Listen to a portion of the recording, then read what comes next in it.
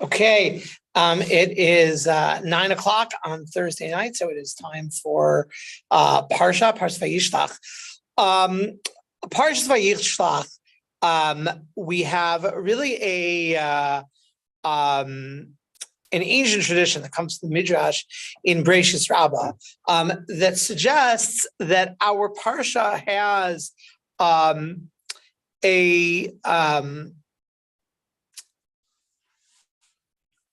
really kind of a generational role to play throughout the generations in terms of defining the relationship, first, particularly with the Jews and the Romans, right? But specifically, what the Medrash calls Parshas Hagalos. In other words, that so much of Parshas Vayishlach has to do with the question of the dynamic, right, of Jews dealing with non-Jews, with anti-Semites, right, primarily, and first off, the conflict between Yaakov and Esav, but also afterwards on a lower level, even the issue with Shechem. So the Medrash says as follows.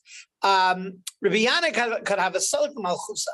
When Rabbi Yanai would go to interact, right, with the Roman government, that he would preface doing that by studying or literally having mistakel bahar the parshasa. He would look at Parsha Vayishlach, and that he wouldn't have problems with the Romans, right? And at one time, he didn't go through this practice. He didn't consult Parsha Vayishlach, and somehow after that, right, he had problems with the Romans. And he said the Ramban says that this is a Kabbalah, this is a tradition, Shazo Parshas Galus, that this is the section about exile. And the idea that this is something that was integral, right, for Chazal, right? The idea that the question of learning lessons, eternal lessons, right, about our dealing with anti-Semitism. Now, and this is a tradition that's brought down. The Ber Heitev actually writes in this commentary on Shulchan Aruch that this should be done every Saturday night. And he says that Arizal says specifically if one has is traveling, right, is going to be dealing with the outside world more intimately. There's a tradition that this is, right, that when we come to Motzai Shabbos, right, when we leave our, let's call it our Jewish bubble, right, that we look back to Parsha Vayishlach for insight. And in fact, there's actually a fascinating story that, again, I can't verify the details, but I saw the story written by Rabbi Arikan, that one time when Prime Minister Begin was coming to America to meet with President Carter, which is again a very freighted relationship, that he had meetings before proceeding to Washington in New York separately with Rav Moshe Feinstein, with Lubavitch Rebbe and Rav Soloveitchik Zecher Tzadikim Uvracha, and each of them independently said, before you go into Carter, go through Parsha Vayishlach. Right, so we have this idea that Parsha Vayishlach is the headquarters for this idea. But there's one catch, and it's a catch that in many ways the tension over which is actually in the Parsha itself, right, among the Meforshim, and we'll see in terms of the protagonists as well. So those of you, I remember first learning this quote from my ninth grade history teacher, Mrs. Simon, who was trying to kind of justify, right, that you're sitting with high schoolers, why are we learning history? So there's the famous quote of George Santayana, right, those who don't remember the past are condemned to repeat it, right? So it's a very beautiful idea. The problem is, what lesson are you supposed to learn from the past? In other words, if we knew that, right, everything would be wonderful, right? Harold, can you hear me? I just want to confirm. Yes. Okay, terrific. I'm broadcasting tonight from Hill Academy because I'm taking a break in a program here.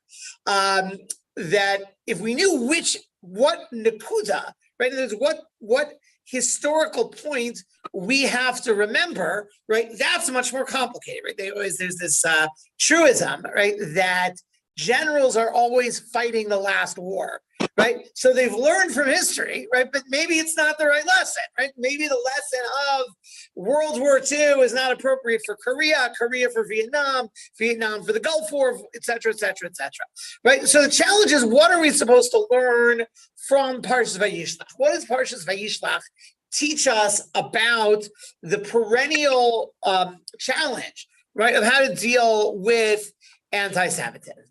So, to take an example, right? So we have one medrash that talks about Rabbi Yehuda Nasi, right? So Rabbi Yehuda Nasi, of course, is the great leader of the Jewish people in a very fraught period of Jewish history. The Bar Kokhba revolt has been violently put down by the Romans, tremendous period of persecution under the Emperor Hadrian. By the time Rabbi Yehuda Nasi grows up, he is the political leader and spiritual leader of the Jewish people.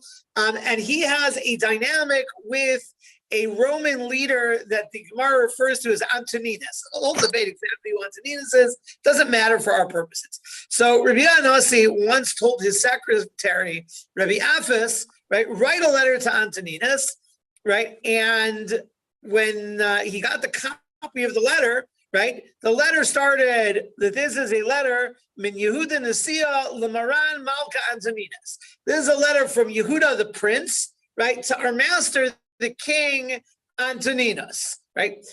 So it says when Rebbe saw this, he ripped up the letter and rewrote it, and wrote at the beginning, Min Avdoch Yehuda Lamaran Malka Antoninus, right? From your master, from your servant Yehuda, right, to the king Antoninus. So Rabbi Alpha says, what, like, why are you putting yourself down, right? Why is your strategy, right, that you are going to,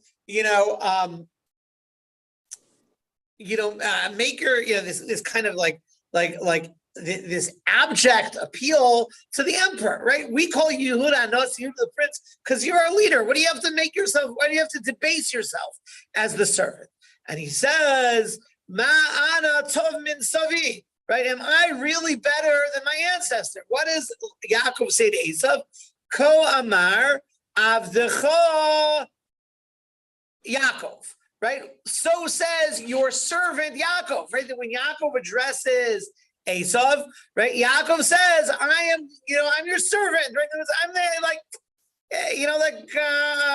that's the way that you're supposed to address this kind of situation. So one approach, right, that we take away, certainly the way Rabbi Nasi read Parsha Vayishlach, is that the approach to dealing with, right, non-Jewish powers that are dangerous, right, is to humble ourselves before them, right? Keep a low profile, right? Don't flaunt ourselves in their faces. At the same time, right, that we have another medrash that says, right, we have this very strange section at the end of the Parsha that talks about the idea that Yaakov, that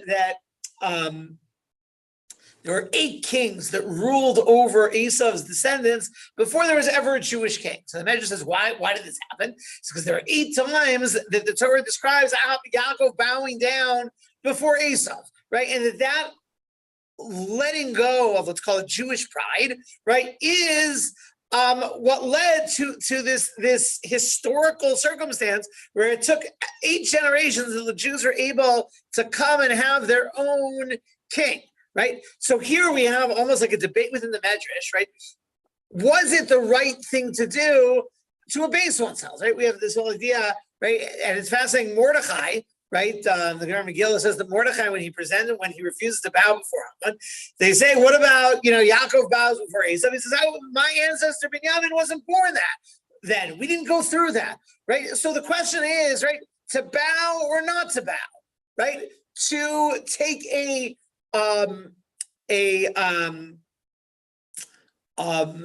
low profile, humility, almost humiliating posture. Is that the right take? Right? Or, right, does Jewish pride say, no, stand up strong? And what's interesting, right, is that this debate is not only a question among the Balei HaMedrash and the Mefarshim of how to read Yaakov, right? In many ways, that's the debate in the story of Shechem between Yaakov and his sons, right? That Shechem come to Yaakov, and Yaakov is willing to negotiate, make a deal, the story with Dinah, right? And that Yaakov's sons, right, they take action on their own. And again, one wonders, are Yaakov's sons also reacting, right, to that? This is seemingly this is Yaakov's MO, right? That Yaakov takes this tack of the right thing to do is to, right, take a quiet position vis-a-vis the anti-Semites, right? And they say, no, right? We need to fight. We need to go out. We need to go with our, we're going to take our swords, right? And they go out and they lead this massacre of the city of Shechem. And Yaakov says, what are you doing? Right?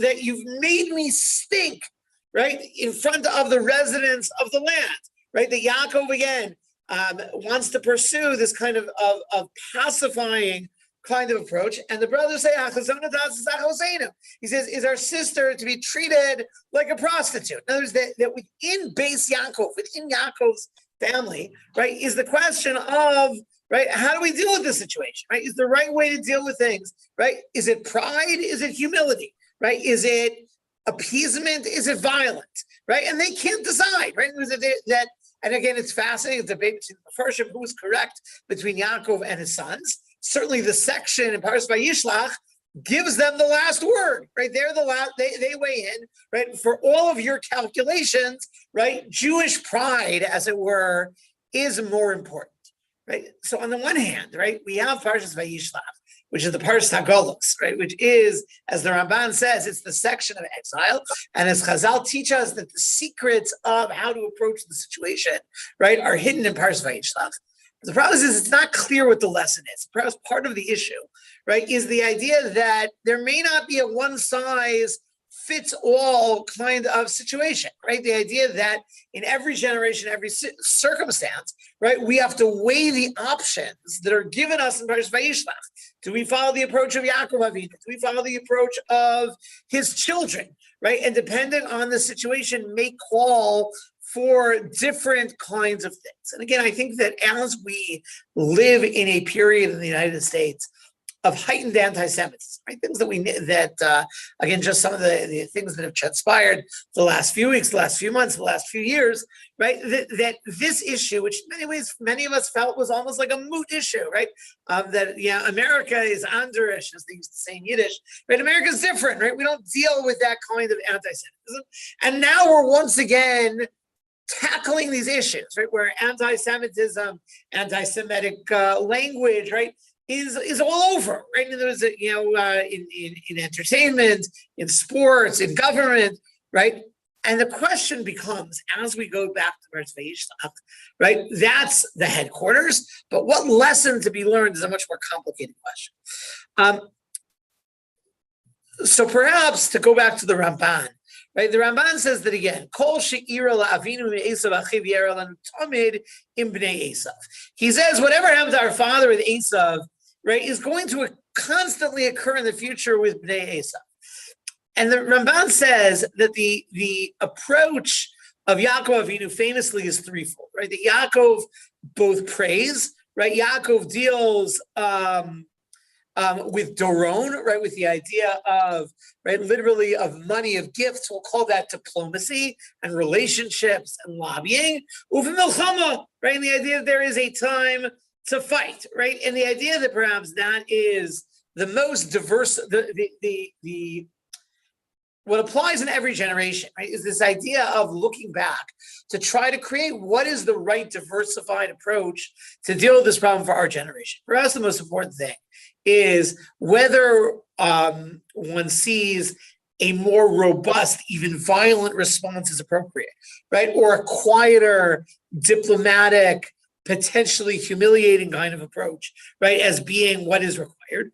We should not forget the importance of tefillah, right? The idea that the approach of Yaakov Avinu, besides everything else that he did, right, was that our reaction to anti-Semitism, right, has to be a greater return to the world of prayer, right? And the idea at the end of the day, right, that we need to seize those moments, not, God forbid, as a way of pushing ourselves farther from Yiddishkeit, but as a way to actually build on it and to take the most advantage of a troubling situation.